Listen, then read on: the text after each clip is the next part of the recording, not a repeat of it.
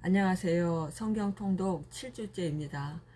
이번 주간에 읽으실 말씀은 사무엘상 8장에서 사무엘하 20장까지입니다. 9장에서 15장까지는 사울의 이야기가 기록되어 있습니다.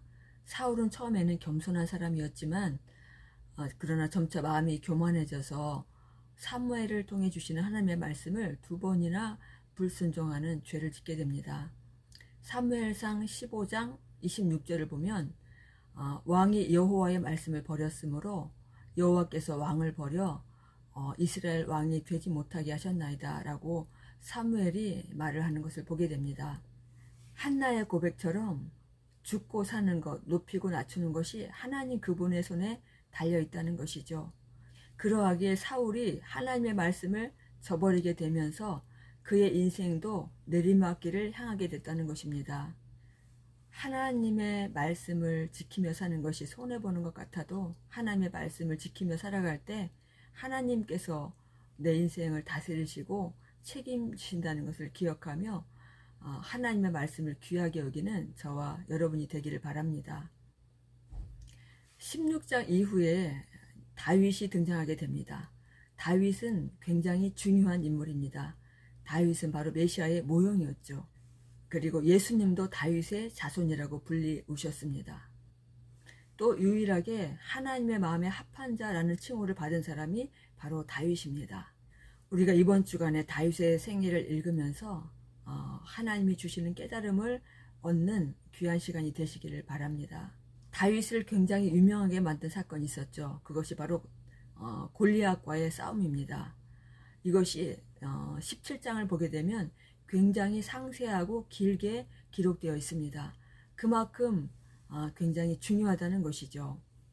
자신과 비교도 안 되는 거대한 골리앗 앞에 하나님의 이름을 외치며 담대하게 나갔던 그 다윗의 모습이 어찌 보면 무모하게 보일 수 있지만 하나님은 바로 그런 다윗을 기뻐하셨다는 것입니다. 하나님은 전능하신 분이시기 때문에 우리가 골리앗과 같이 그 거대한 산과 같이 커다란 문제 앞에서도 기죽지 않고 담대하게 하나님을 의지하며 믿음으로 나가는, 믿음으로 승리를 외치며 나가는 그런 사람을 하나님이 기뻐하신다는 것이죠. 아무리 큰 문제가 있더라도 하나님이 도와주시면 할 수 있다. 하나님이 도와주시면 이길 수 있다는 믿음을 갖고 나아가는 그런 믿음의 사람이 되시기를 하나님이 원하신다는 것입니다. 이제 다윗은 사울 왕의 군대 장관이 되고 왕의 사위가 되면서 명성이 높아지게 됩니다. 그러나 이런 다윗을 시기한 사울 왕이 다윗을 미워함을 통해서 다윗은 하루아침에 쫓겨나게 되고 10여 년 동안이나 광야에서 방황하는 생활을 하게 됩니다. 다윗 그는 많은 사람에게 배신을 당하고 또 살기 위해서 미친 척도 해야 됐고 또 사울 왕을 피하여 적국인 블레셋에 망명하기도 합니다. 그리고 재산과 가족을 다 빼앗기고 자기를 따르는 부하들에 의해서 돌에 맞아 죽을 뻔한 위험도 겪게 되죠. 그런데 그렇게 어려운 매 순간마다 다윗은 하나님을 의지하고 하나님께 기도한 사람이었다는 것이죠. 말씀을 읽다 보면 다윗이 하나님께 하나님 어디로 갈까요? 하나님 쫓아갈까요? 하나님 어떻게 할까요? 라고 질문하는 내용들이 많이 나오고 있습니다. 다윗은 바로 기도의 사람이었다는 것이죠. 이때 드린 기도가 바로 시편에 기록된 말씀입니다. 다윗은 또 자신을 죽이려는 사울을 2번이나 살려주게 됩니다. 사람을 판단하시고 심판하시는 분은 오직 하나님이심을 인정했다는 것이죠. 즉 하나님의 주권을 인정한 사람이 바로 다윗이었다는 것이죠. 그는 자신이 심판하는 자리, 심판자의 위치에 자신을 두지 않았다는 것입니다. 결국 사울 왕은 블레셋과의 전투에서 비참한 최후를 맞이하게 되고 다윗은 온 이스라엘의 왕으로 등극하게 됩니다. 만일 그가 사울 왕을 죽였다면 사울에게 속한 지파와 그를 따르는 백성들과 하나 되는 것은 결코 쉽지 않았을 것입니다. 우리가 이 세상 살아가면서 아무리 억울하고 괴로운 일이 있더라도 다윗과 같이 하나님께 맡기고 의롭게 공정하게 심판하시는 그 하나님께서 원수를 갚아주신다는 것을 기억하면서 하나님께 기도함을 통해서 하나님의 은혜를 경험하는 저와 여러분이 되시기를 바랍니다. 그런데 이런 다윗도 치명적인 실수를 저지르게 되죠. 바로 밧세바와의 간음 사건입니다. 또 그 남편 우리아를 죽인 사건이죠. 하나님은 나단 선지자를 통해 이런 다윗을 책망하십니다. 이런 일이 있을 때 대부분 권력의 정점에 있는 사람들은 자신을 책망하는 사람의 말을 듣지 않고 또 제거하게 되죠. 그러나 다윗은 그렇지 않았다는 것이죠. 다윗은 통곡하며 회개하게 됩니다. 하나님은 이런 다윗을 용서하셨습니다. 그러나 그로 인해 다윗의 집안에 아들끼리 또 남매들끼리 갈등이 일어나게 되고 죽임을 당하는 일들이 일어나게 됩니다.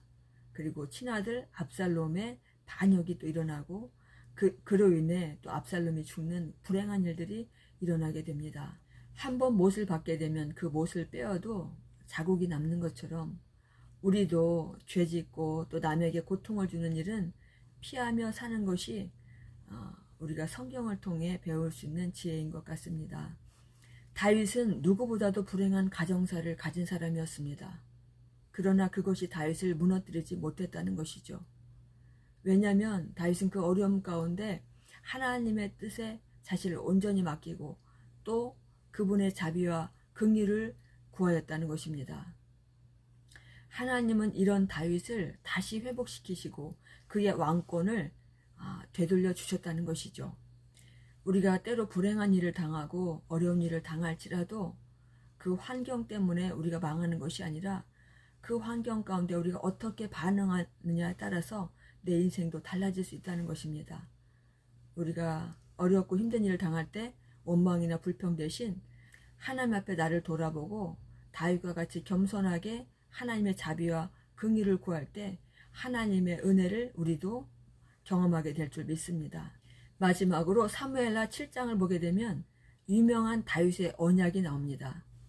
하나님께서 나단 선지자를 통해서 내 집과 내 나라가 내 앞에서 영원히 보존되고 너의 왕위가 영원히 견고하리라 라는 언약을 주십니다.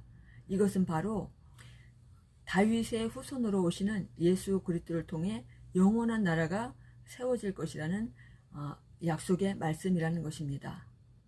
다윗은 여호와 하나님을 무섭고 두려운 분으로만 생각하던 그 시절에 하나님을 향해 최초로 사랑한다고 고백한 사람입니다. 다윗은 나의 힘이 되신 여호와여 내가 주를 사랑합니다 라고 고백하고 있는 것을 우리가 시편 18편에서 볼 수 있습니다. 우리를 창조하시고 우리를 너무나 사랑하셔서 독생자 예수님까지 주신 그 하나님은 우리에게 가장 듣고 싶은 것이 하나님을 사랑한다는 그 고백일 것 같습니다. 다윗과 같이 하나님을 사랑하고 그 하나님을 사랑하는 힘으로 모든 어려움을 믿음으로 승리하고 이겨내는 저와 여러분이 되고 또 이번 한 주간 말씀을 통해서 하나님의 귀한 음성을 듣는 복된 한 주간이 되시기를 예수님의 이름으로 축복합니다.